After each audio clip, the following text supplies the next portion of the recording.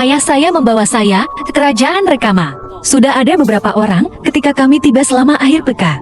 Tenda sudah didirikan. Saya melihat beberapa anak seusia saya. Mereka tertawa dan bermain. Saya juga ingin pergi dan bermain dengan mereka. Ayahku membaca pikiranku. Tundukkan kepalamu dan katakan padaku pergi. Jangan lari terlalu jauh. Dan aku hanya berlari untuk bersenang-senang. Ayah saya memarkir mobil dan mendirikan tenda. Aku pergi dan menyapa mereka. Sudah matang sebentar lagi. Salah satunya bernama Xiao Kai dan yang lainnya bernama Xiao Yang. Mereka semua sedang berlibur bersama keluarga. Bermain untuk sementara waktu.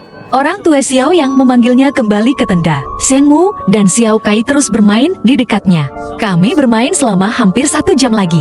Xiao Kai juga dipanggil kembali oleh ibunya. Hanya aku yang tersisa. Saya harus bangun dan bersiap-siap untuk pergi ke ayah saya. Tapi sekarang, seorang anak laki-laki muncul dari hutan di belakangnya. Katakan halo padaku. Katanya namanya Xiao Dong. Sepertinya anak yang sangat pendiam dan berperilaku baik. Jadi saya mengobrol sedikit dengannya. Kemudian, dia bertanya, apakah saya ingin bermain petak umpet? Saya baru saja keluar untuk bermain. Tentu saja tidak. Kami memutar lagi di tapar cordar. Sampai sedikit lelah, saya baru saja memberitahu Xiaodong bahwa saya harus kembali. Kalau tidak, ayah saya akan terburu-buru. Dan saya kembali ke tenda yang telah didirikan ayah saya. Kuda, katakan padanya dengan senang hati. Saya baru saja membuat beberapa teman. Ayahku bilang, apakah Anda tahu di mana tenda mereka? Kami akan bermain dengan mereka ketika kami memiliki kesempatan. Aku tahu di mana tenda Kai dan yang berada.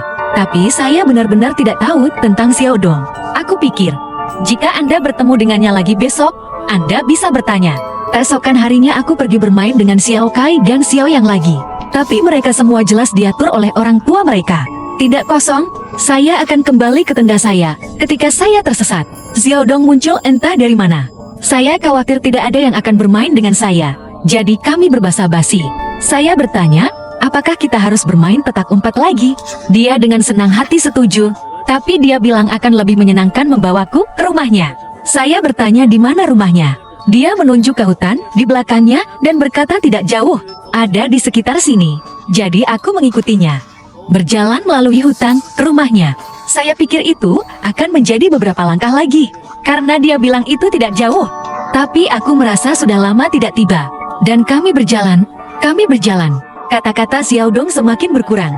Akhirnya, kami keluar dari hutan. Ada rumah yang sangat menonjol tidak jauh dari sana. Xiaodong berkata, dan itu adalah rumah saya. Dan aku melihatnya. Itu adalah rumah tua yang agak rusak. Sebuah van putih diparkir di depan pintu. Xiaodong sudah berjalan menuju rumah. Saya perlahan mengikuti. Sedikit gelisah, tanya Xiaodong, apakah itu benar-benar rumahmu? Bagaimana Anda hidup di hutan? Dia tampak agak tidak sabar. Jawaban asal-asalan adalah ya. Apakah saya masih tidak bisa mengenali keluarga saya? Datang saja dan bermain denganku. Itu sebabnya aku punya firasat buruk. Pergi ke rumah. Itu tidak terlihat seperti keluarga normal. Saya melihat seseorang berdiri di dekat jendela di ruangan itu. Aku bertanya pada Xiaodong, apakah itu ayahmu? Jawabnya samar-samar, ya. Jangan khawatir, dia baik. Berjalan masuk ke dalam rumah tanpa menoleh ke belakang.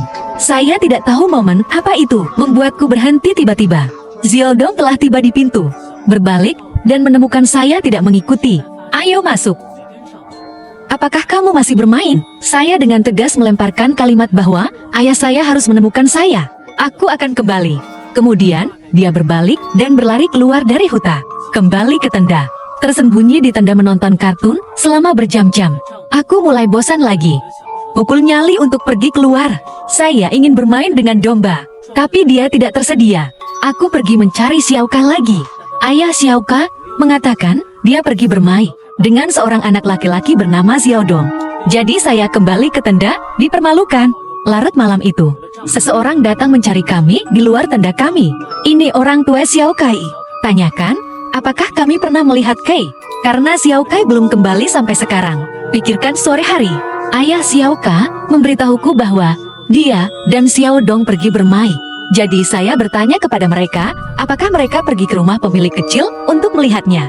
Mereka bilang tidak. Karena mereka tidak tahu di mana bos kecil itu.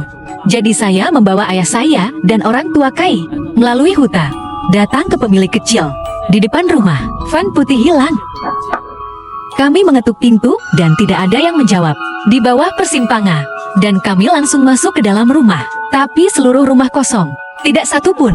Jadi mereka berkeliling kamp, tidak dapat menemukan huruf kecil juga. Sejauh yang aku tahu, keberadaannya masih belum diketahui.